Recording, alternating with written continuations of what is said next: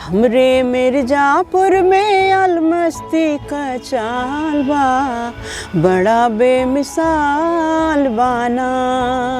छाने घोटे मौजे उड़ावे और साफा पानी रोज लगावे।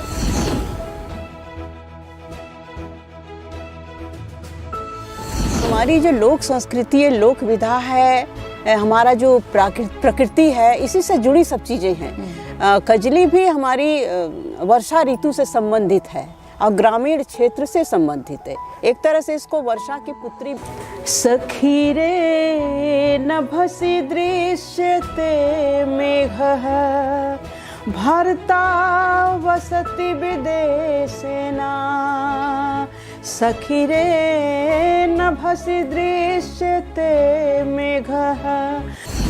यहाँ तक कि हमारे यहाँ की संस्कृति, लोक संस्कृति विदेशों में भी जाके प्रदर्शन कर रही है। हमारे गांव में एक से एक प्रतिभाएं छुपी हैं, चाहे उसको लेखक कह दीजिए, चाहे उसको कवि कह दीजिए, चाहे उसको कलाकार कह लीजिए।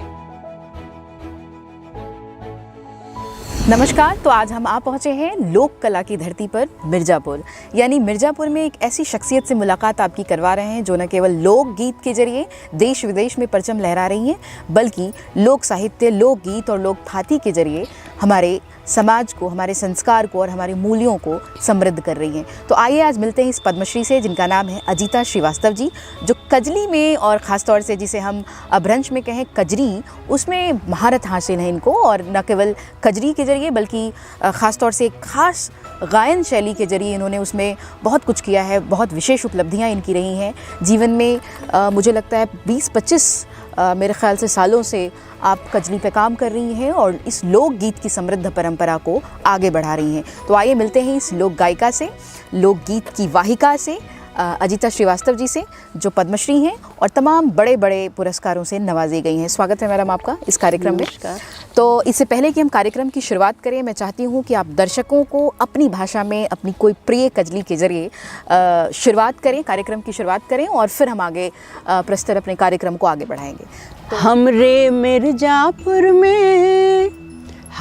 मिर्जापुर में अलमस्ती का चाल बा, बड़ा बेमिसाल बाना। हमरे मिर्जापुर में अलमस्ती का चाल बा, बड़ा बेमिसाल बाना।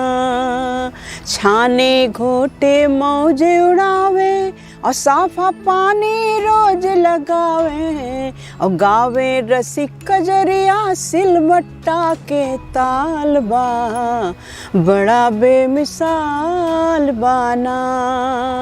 रोज अखाड़ा लड़ते दंगल और जंगल में भी करते मंगल और संबल दूध मलाई चोखा बाटी दाल बा, बड़ा बेमिसाल बाना।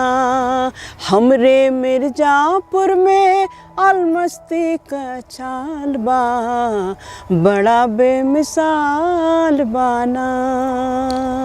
वाह, क्या बात है, बहुत सुंदर, बहुत अद्भुत।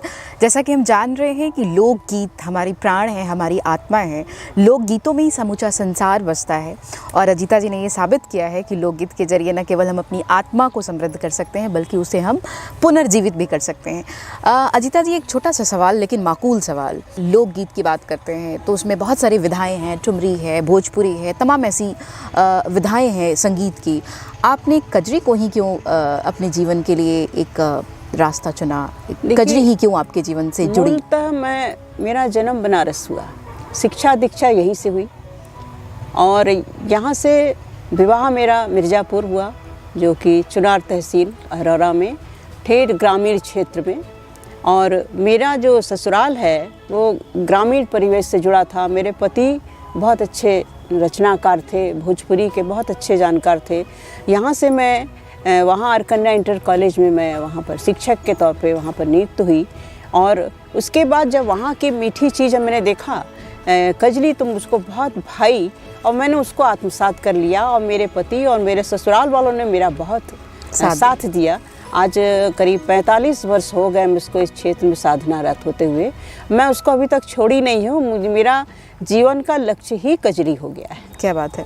कहते हैं लोक संपदा जो है वो बूंद बूंद करके वो सिमट रही है, घट रही है। आपने इतने बड़े संसार को अपने भीतर कैसे सहेजा है? इतनी सहजता से कैसे आपने कजरी को अपने भीतर अभी तक सहेज के रखा है? देखिए, हमारी जो लोक संस्कृति है, लोक विधा है, हमारा जो प्रकृति है, इसी से जुड़ी सब चीज़ें हैं। कजली भी हमारी वर्षा ऋतु से संबंधित है और ग्रामीण क्षेत्र से संबंधित है। एक तरह से इसको वर्षा की पुत्री भी कह सकते हैं। इस तरह से सावन का महीना आते, वर्षा ऋतु आते ही विवाहित कन्याएं जो हैं वो नैहर जाना पसंद करती हैं। तो मेरी अपनी स्वतः कल्पना है कि वर्षा ऋतु आते ही जैसे कजली का सीजन शुरू हो जाता है। गांव घर चौपालों में कजली बजने लगती, गाने लगती हैं। हमारी जो बहू बेटियां हैं वो श्रृंगार करके झूले पे झूलते हुए कजली गाती हैं। तो मुझको लगता है कि प्रकृति के आवाहन का, वर्षा ऋतु के आवाहन का, स्वागत का ही गीत है। मैंने इसको अपने जीवन में उतारा। ये बड़ा मनोहारी होता है जब आप कजली को अपने भीतर उतारते हैं और जोड़ते हैं लोगों से। क्या कुछ पारिवारिक परंपरा रही फैमिली में, परिवार में, कि कुछ लोग जुड़े रहे और तब आपने आत्मसात किया इसको? परिवार में कोई, हालांकि हमारी माता जी जो है ज़्यादा पढ़ी लिखी नहीं थी, लेकिन उनकी आवाज़ बड़ी मधुर और मीठी थी। तो जब वो बहुत धार्मिक महिला थी, वो पूजा पाठ करे तो भजन गाए तो वो हम लोग की मीठी धुन जो है, जो आवाज़ है, हम लोग के कानों में अभी तक जैसे रस घुलती है। तो लगता है हम लोग को एक तरह से जीन के तौर पे ये आवाज़ हम लोग को मिली है। और श्रेय तो मैं मिर्ज़ापुर को ही दूंगी, इसी धरती को दूंगी जहाँ से मुझे ये कजली को अपनाने का अवसर मिला, सीखने का अवसर मिला, लोगों तक फैलाने का अवसर मिला। तो मिर्ज़ापुर की धरती को मैं प्रणाम करती हूँ। जी जी। सवाल एक और महत्वपूर्ण है, आप कई सालों से, पिछले कई सालों से शिक्षा से जुड़ी रही हैं, पठन पाठन से भी आपका गहरा लगाव रहा है। तो ऐसे में शिक्षा के साथ साथ लोकगीत को प्राणवान बनाए रखना बड़ा दुष्कर कार्य था। आपने कैसे किया? देखिए, मैंने 40 वर्ष तक शिक्षा में सेवा दी है। मैं सहारा में रिटायर हुई शिक्षा जगत से, लेकिन मिर्ज़ापुर का माहौल ही कजली में था। आज के समय देखिए तो काफ़ी कुछ बदलाव आया है, लेकिन 70-80 के दशक में काफ़ी कजली का बहुत अच्छा माहौल था वहाँ पर।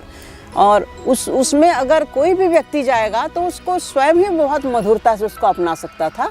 तो मुझे भी पठन पाठन के साथ इसको करने में दिक्कत नहीं हुई। और उसमें मिर्ज़ापुर के साहित्यकारों का, कलाकारों का, अखाड़े वालों का, परिवार का, सबका सहयोग मिला। जब तक आपको सहयोग नहीं मिलेगा परिवार का, तब तक आप किसी विधा में बढ़ना आपके लिए थोड़ा सा असंभव या मुश्किल होता है। बिल्कुल बिल्कुल। तो मैंने दोनों को मैनेज किया। और चूँकि मैं गर्ल्स कॉलेज में थी तो मुझे एक माध्यम मिला कि हम किसी कार्यक्रम में अपने स्टूडेंट्स को भी मैं सिखाती थी इसी बहाने। तो कुछ सीखना, कुछ सिखाना, फिर ये कजली यात्रा मेरी शुरू हो गई। क्या बात है।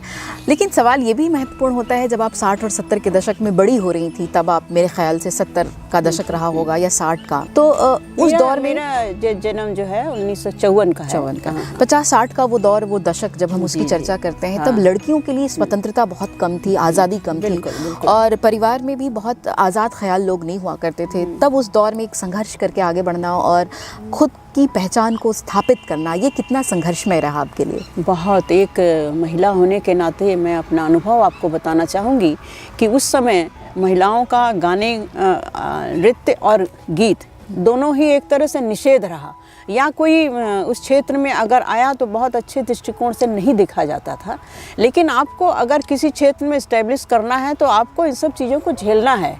मेरे ख्याल से काफ़ी कुछ बदलाव तो आया है, लेकिन आज भी स्त्रियों के लिए संघर्ष है। जी जी। संघर्ष है, लेकिन काफ़ी कुछ बदलाव आया है। तो मेरे जीवन में भी ऐसी बहुत सी परिस्थितियाँ आई, उसको आपको सहना है, सह के आगे बढ़ना है, उसको आपको फेस करना ही पड़ेगा, संघर्षों से हारना और लेकिन दोनों पक्ष होता है जी। आपको समाज में दो तरह के लोग मिलते हैं। एक आपको सपोर्ट करते हैं, आपकी तारीफ करते हैं, आपका हौसला अफजाई करते हैं, और एक होता है कहीं ना कहीं निगेटिव बातें करती हैं। तो दोनों तो जीवन का आप अनुभव है, दोनों का आनंद लीजिए और आनंद लेते हुए और उसको थोड़ा अवॉइड करते हुए आगे बढ़ जाइए। तो लक्ष्य आपके सामने अर्जुन के मछली के आँख की तरह आपके सामने लक्ष्य होना चाहिए कि आप क्या करना चाह रही हैं। बाधाएं तो आएंगी, आज भी आती होंगी, महिलाओं के जीवन में, सबके जीवन में आता है।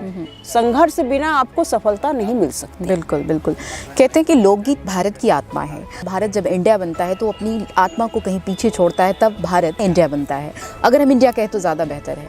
तो क्या हम ये मान के चलें कि भारत जो हमारा इंडिया बन रहा है, क्या उसने लोक परंपरा को, लोक थाती को और लोक समृद्धि को कहीं पीछे छोड़ दिया है?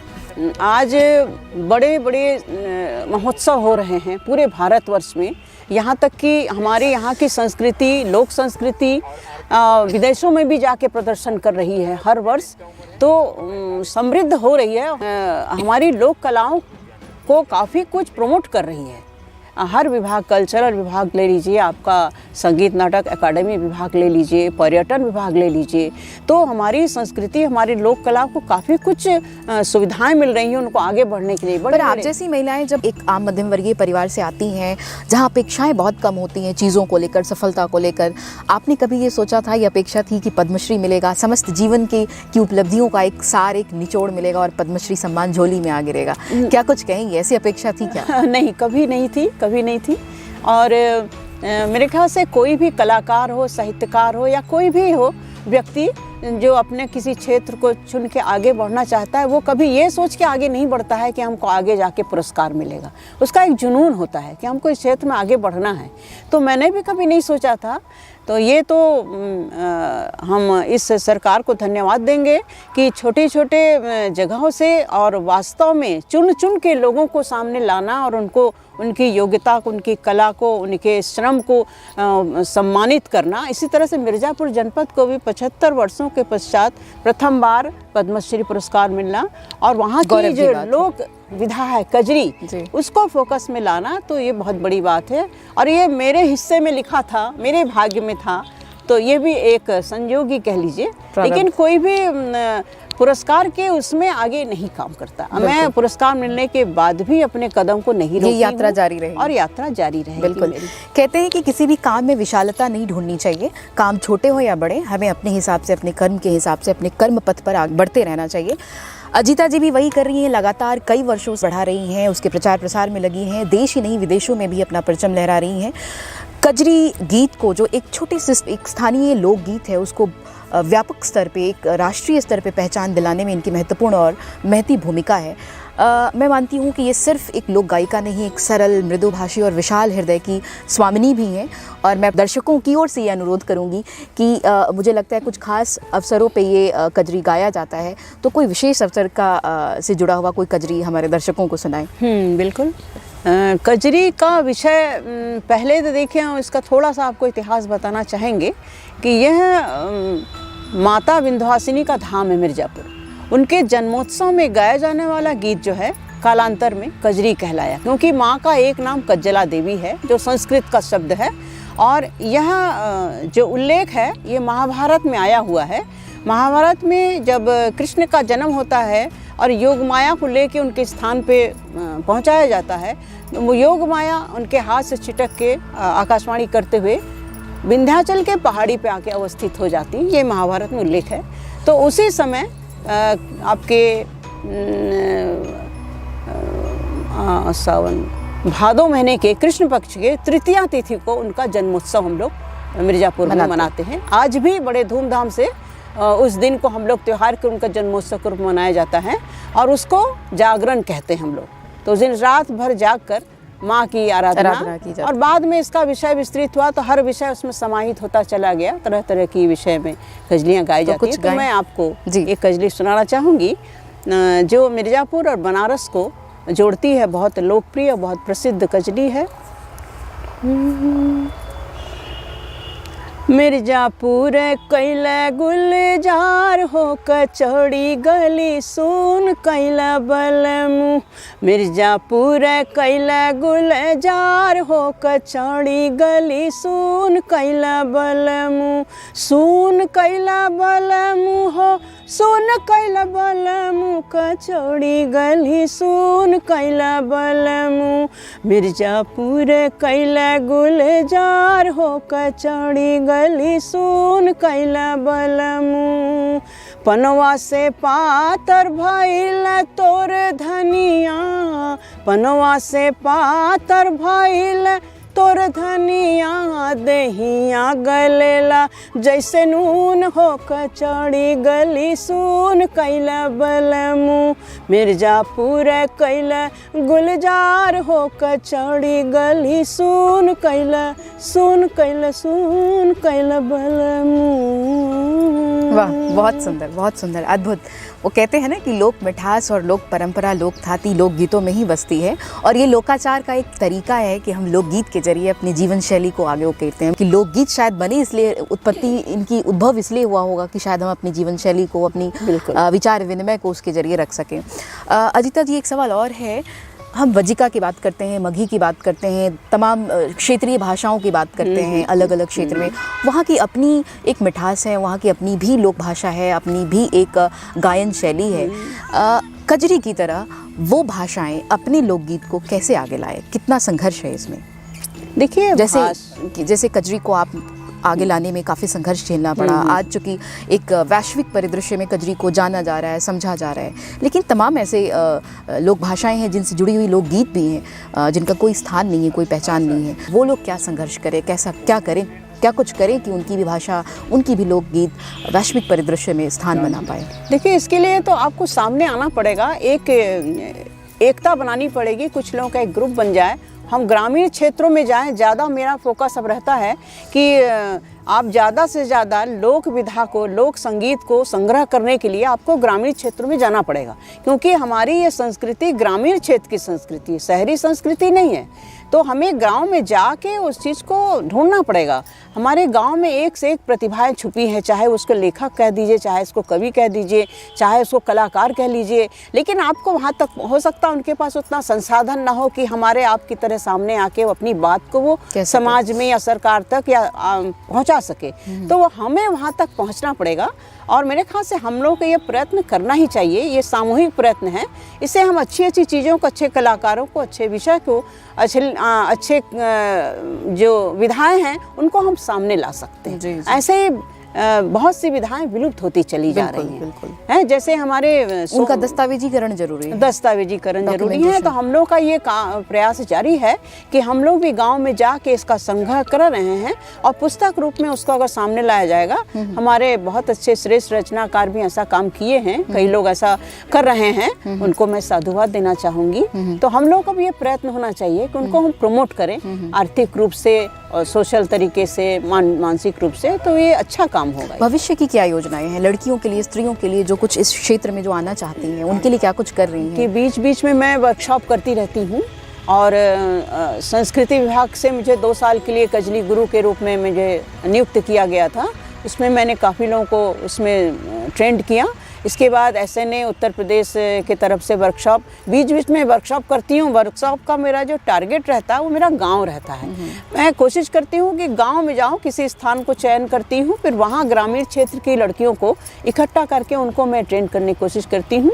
और मेरी कुछ शिष्याएँ जो हैं इस समय कई जगह पर स्थापित हैं, वो अच्छा कला का प्रदर्शन कर रही हैं। और कोरोना पीरियड में 2 साल तक सब कुछ स्थिर हो गया था, तो उस समय मैंने अपना एक YouTube चैनल सरगम बाय अजिता श्रीवास्तव करके उसको मैंने ऑनलाइन फ्री ट्रेनिंग देना शुरू किया, जो आज भी चालू है। मैं अभी भी उसमें फ्री ट्रेनिंग लोगों को देती हूँ। कोई भी कहीं से भी रह के, देश विदेश में रह के उसमें सीख सकता है। ये अच्छा प्रयास है, ये बहुत बढ़िया प्रयास है, ताकि वहाँ के आसपास के क्षेत्रों के बच्चियों को या बॉयज़ को वहाँ पर ला के ट्रेनिंग दिया जाए, फिर उनका प्रदर्शन किया जाए, फिर उनको सिलेक्ट करके बाहर भेजा जाए, ताकि वहाँ की लोक कला समृद्ध हो और कुछ नया हो सके। इसके लिए प्रयत्नशील है। अजिता जी, हमने सुना आप संस्कृत में भी कजली गाती हैं, वो जरा हमारे दर्शकों को बताएं, और साथ में आप कुछ लाई भी हैं, तो ज़रूर।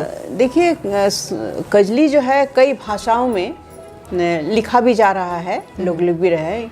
अंग्रेजी में कजली है, भोजपुरी है, अवधी है, संस्कृत में है। तो हम लोग प्रयत्न करते हैं कि अगर ऐसा अच्छा मंच मिले तो वहाँ पर बुद्धिजीवी वर्ग हो श्रोता के रूप में, तो हम लोग वहाँ भी सुनाने का है।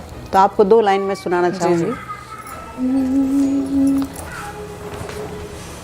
सखी रे नभसि दृश्यते मेघः भर्ता वसति विदेशेना सखी रे नभसि दृश्यते मेघः भर्ता वसति विदेशेना करसति कृषिं कृषिबललोकः टर टर ध्वनिं विद्यते भेकः को वसति दिवा प्रियया सह नहीं मम मिलन रात्रो ना सखी रे नभसि दृश्यते मेघः भर्ता वसति विदेशेना भर्ता वसति विदेशेना। वाह, अति सुंदर। वो कहते हैं अलग अलग विधाओं के जरिए, अलग अलग भाषाओं के जरिए हम समृद्धि को समेट रहे हैं। तमाम जो पूरे हमारे चारों तरफ जो रंग बिखरे हैं लोकगीतों के, इन्होंने संस्कृत में गाया, इससे पहले आपने क्षेत्रीय भाषा में भी गाया और कजरी को आप तक पहुंचाया है। कहते हैं कि लोकगीतों में जो मिठास है, जो उत्स है, जो एक समूची परंपरा समाहित है, शायद वो कहीं नहीं मिलती, चाहे आप पाश्चात्य संगीत की तरफ कर लें या किसी और संगीत की तरफ मुखातिब हो जाएं। क्या ऐसा लगता है कि कजरी के लिए भी साज की ज़रूरत है? जैसे हम तार और सुर और ताल की बात करते हैं, तो क्या तमाम दूसरे संगीतों में हमें लगता है कि शास्त्रीय संगीतों में साज की ज़रूरत है, क्या कजली के लिए भी ज़रूरी है?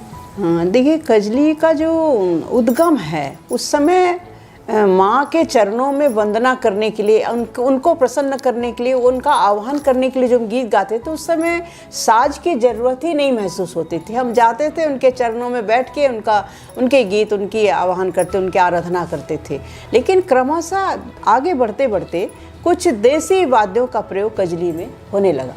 तो जैसे हारमोनियम हो गया, ढोलक हो गया, झांझ हो गया, मजीरा हो गया, अब उसमें बांसुरी हो गया, क्लारनेट हो गया, तमाम साज जो है समाहित हो गए।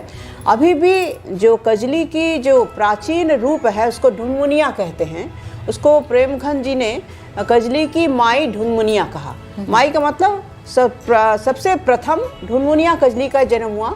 और ये आपको बताना चाहूँगी कि यह स्त्री प्रधान, स्त्री कंठ का गीत है। ये स्त्रियों का इसमें दबदबा था, पुरुषों का वर्चस्व बाद में इसमें कायम हुआ। शुरू में स्त्रियां गाती थी, तो जो ढुनमुनिया कजली है वो स्त्री एक समूह गीत, समूह कजली है। तो उसमें समूह में औरतें खड़ी हो जाती हैं अर्धचंद्राकार के रूप में और एक दूसरे के हाथ को बांध के और उसको गाती थी झूम झूम के, चुटकी बजा के। उसमें किसी भी वाद्य का प्रयोग नहीं होता था। तो मैं आपको एक ढुनमुनिया कजली का एक छोटी सी झलक आपको दिखाना चाहूँगी।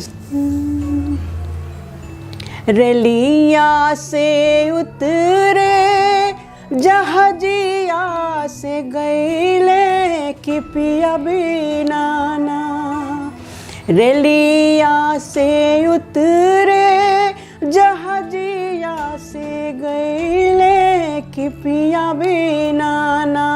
सुनी लागे मोर बखरिया कि पिया बिना ना।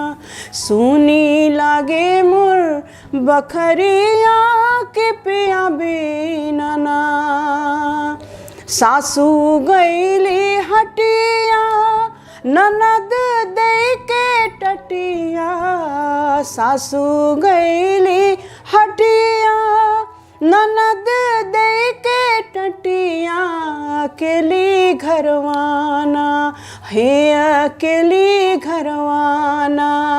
पोई रोई रोई रोटिया अकेली घरवाना। पोई रोई रोई रोटिया अकेली घरवाना। वाह, बहुत भावप्रणम। अजीता जी को सुनते हुए ऐसा लगता है जैसे आप स्वयं में खुद को ढूंढ रहे हैं, स्मृतियों में कहीं खुद को तलाश रहे हैं, कहीं उस मिट्टी के ठौर तक आप पहुंचते हैं जहां से आपकी उत्पत्ति हुई है। ऐसा सुन के लगता है जैसे आप भाव विभोर हो रहे हैं।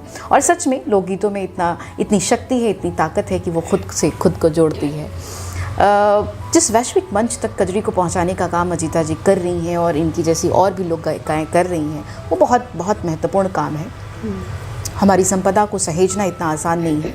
जिस शिद्दत के साथ और जिस तत्परता के साथ, जिस सक्रियता के साथ ये लगातार कई वर्षों से कजरी जैसे लोकगीत को आप तक पहुंचा रही हैं, सहेज रही हैं, वो बहुत बड़ा काम है। और मैं मानती हूँ कि सिर्फ देश ही नहीं, विदेशों में भी बैठे लोग जब इनको सुन रहे होंगे, इनको सराह रहे होंगे। तो चूँकि इस कार्यक्रम अब समाप्ति की ओर है और समाप्ति से पहले मैं कुछ एक सवाल लूँगी और कार्यक्रम को समाप्त करूँगी। जब हम संघर्ष की बात करते हैं जीता जी, तो बहुत सारे, एक स्त्री होने के नाते बहुत सारे संघर्ष, बहुत सारी समस्याएं, उलझनें जीवन में आती हैं। आपने उन उलझनों को पार किया, पार करके आप यहाँ तक पहुँची और पार करने के बाद आपने स्वयं को स्थापित किया है। सुदूर ग्रामीण क्षेत्रों में तमाम ऐसी महिलाएं हैं जो लड़ रही हैं, आज भी संघर्षरत हैं, आगे आने को इच्छुक हैं। आप स्वयं एक स्त्रीवादी चिंतक रही हैं, शिक्षाविद रही हैं।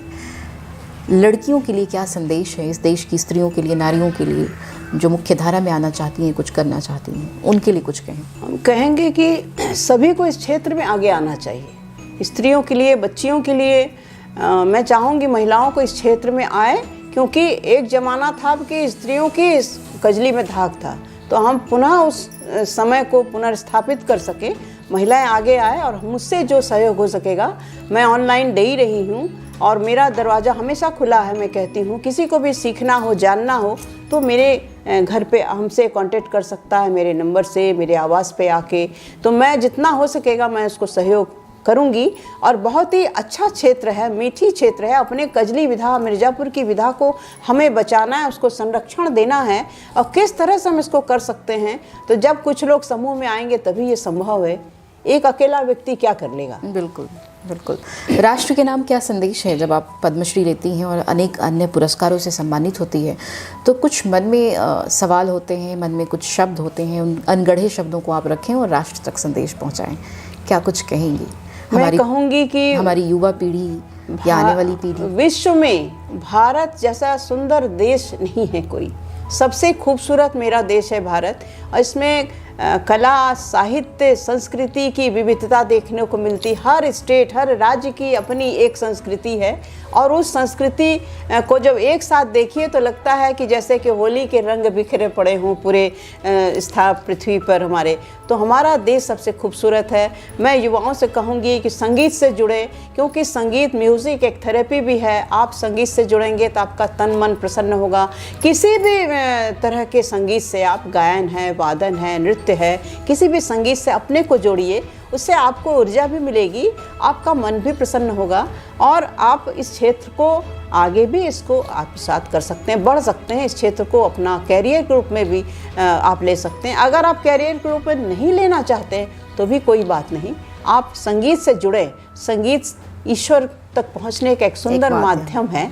तो मैं तो यही संदेश देना चाहूँगी युवाओं को। बिल्कुल। तो ये थी अजीता श्रीवास्तव जी, मिर्ज़ापुर से जुड़ रही थी और कजरी की अधिष्ठात्री देवी मानी जाती हैं मिर्ज़ापुर के लिए, तमाम सिर्फ मिर्ज़ापुर नहीं, बनारस और बनारस के आसपास के क्षेत्र के लिए भी ये एक देवी हैं। मुझे लगता है कजरी की देवी हैं, और देवी स्वरूपा रूप में ये कजरी को आगे बढ़ा रही हैं। इससे पहले कि हमारा कार्यक्रम समाप्त हो, हम अपने फेवरेट सेगमेंट की तरफ चलते हैं, जहाँ हम 2-4 प्रश्न लेते हैं और उसका उत्तर सिर्फ एक शब्द में देते हैं, जिसे हम रैपिड राउंड फायर क्वेश्चन कहते हैं। और मेरे ख्याल से आप तैयार हैं उसके लिए? बिल्कुल बिल्कुल। तो शुरू करें।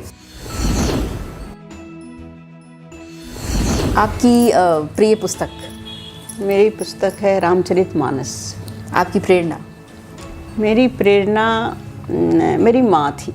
आपके गुरु? मेरे गुरु मेरे पति। वो वाक्य जो आप भुलाए नहीं भूलते? जब मुझको सार्क सम्मेलन में बुलाया गया, 8 देशों के कलाकारों के साथ जब मुझे भारत का प्रतिनिधित्व करने को मिला, और वो भी कजली के गीतों के माध्यम से, तो मेरे लिए बहुत अद्भुत क्षण था, अविस्मरणीय। क्या बात। मिर्ज़ापुर के लिए एक चीज़ जो आप करना चाहेंगी? वहाँ कोई कजली शोध संस्थान या ट्रेनिंग सेंटर अगर खुल जाए तो पर्यटन की दृष्टि से और वहाँ के कलाकारों, बच्चों के लिए भी बहुत अच्छा रहेगा। लोकगीत को एक शब्द में डिफाइन करें? लोकगीत प्रकृति और आत्मा की आवाज़ है। आपकी प्रिय पोशाक? साड़ी ही प्रिय है, भारतीय वेशभूषा। प्रिय व्यंजन? मुझे मीठी चीज़ पसंद है लेकिन कम खाती हूँ, लेकिन मुझे लड्डू पसंद है। प्रिय लेखक? प्रिय लेखक? प्रेमचंद। प्रिय कवि? हरिवंश राय बच्चन। पिता की एक सूक्ति जो हमेशा याद रहती है? पिता का अनुशासन जीवन में आज भी काम दे रहा है। माँ की वो बात जो भुलाए नहीं भूलती? माँ का स्नेह से अपने सीने से लगा लेना, वो स्नेह आज भी नहीं भूलता है। क्या बात। एक चीज़ जो आप इस राष्ट्र को समर्पित करना चाहेंगी, इस देश के लिए स्वप्न देखना चाहेंगी? अपना तन मन अगर किसी भी इस रूप में हम अपने देश को दे सकें, राष्ट्र को दे सकें, तो मेरा सौभाग्य होगा। क्या बात है। बनारस की धरती से जुड़ा कोई स्वप्न जो अब तक पूरा ना हुआ हो? बनारस में रहने की इच्छा, अगर बाबा भोलेनाथ अपने यहाँ पर हमको बुला लें तो बहुत अच्छा रहेगा। क्या बात है। अंतिम समय जी जी। मैं यहाँ पर बिताना चाहती हूँ, काशी की धरती पर। तो बहुत बहुत धन्यवाद। ये थी कजरी साम्राज्ञी अजिता श्रीवास्तव जी, जिन्होंने बहुत बेबाकी से सभी सवालों के जवाब दिए हैं और बहुत वाकपटुता के साथ एक शब्द में हमारे रैपिड राउंड फायर क्वेश्चंस का जवाब भी दिया है। और चूँकि हम कार्यक्रम को समाप्त कर रहे हैं, उससे पहले हम इनसे एक राग अलापने की गुजारिश करेंगे और उसके बाद हम कार्यक्रम को समाप्त करेंगे और विदा लेंगे, और फिर अगली किसी और कड़ी में किसी और पद्मश्री से मुलाकात करवाएंगे आपकी, किसी और धरती से, किसी और जनपद से। तब तक जुड़े रहिए और बहुत बहुत धन्यवाद कि आपने हमें समय दिया और आप हमारे दर्शकों के लिए एक राग छोड़ के जा रही हैं जी। मैं आपको ये कहना चाहूँगी कि कजरी की मधुरता मिठास से फिल्मी जगत भी अछूता नहीं रहा। और बंदिनी फिल्म अपने ज़माने की बहुत प्रसिद्ध फिल्म थी, उसमें कजरी का एक प्राचीन रूप उसमें दिया गया था। मेरे ख्याल से एच.डी. बर्मन साहब का उसमें म्यूज़िक था, वो बहुत ही मुझे अच्छा लगता है और वो मैं आपको 2 लाइन सुनाना चाहूँगी।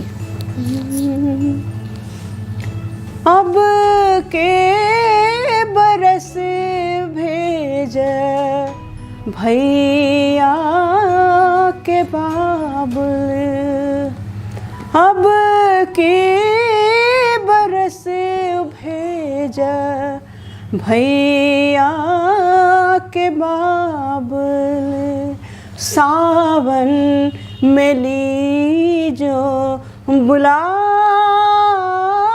रे, लौटेंगी जब मेरे बचपन की सखियाँ, दीजो संदेशा पठाए रे, अब के बरस भेजा भैया के बाबुल, सावन में लीजो बुलाए रे। क्या बात है। भावुक कर देने वाले इसी क्षण के साथ, इसी रंग के साथ और इसी मिट्टी के साथ, ऐसी ही किसी और देवी के साथ आपको मिलाते हैं। बहुत बहुत आभार अजिता श्रीवास्तव जी, आप दूर मिर्ज़ापुर से हमसे मिलने आई और हम तक आपने इतनी सारी बातें पहुंचाई, हमारे दर्शकों तक अपनी बातें पहुंचाई। बहुत बहुत धन्यवाद।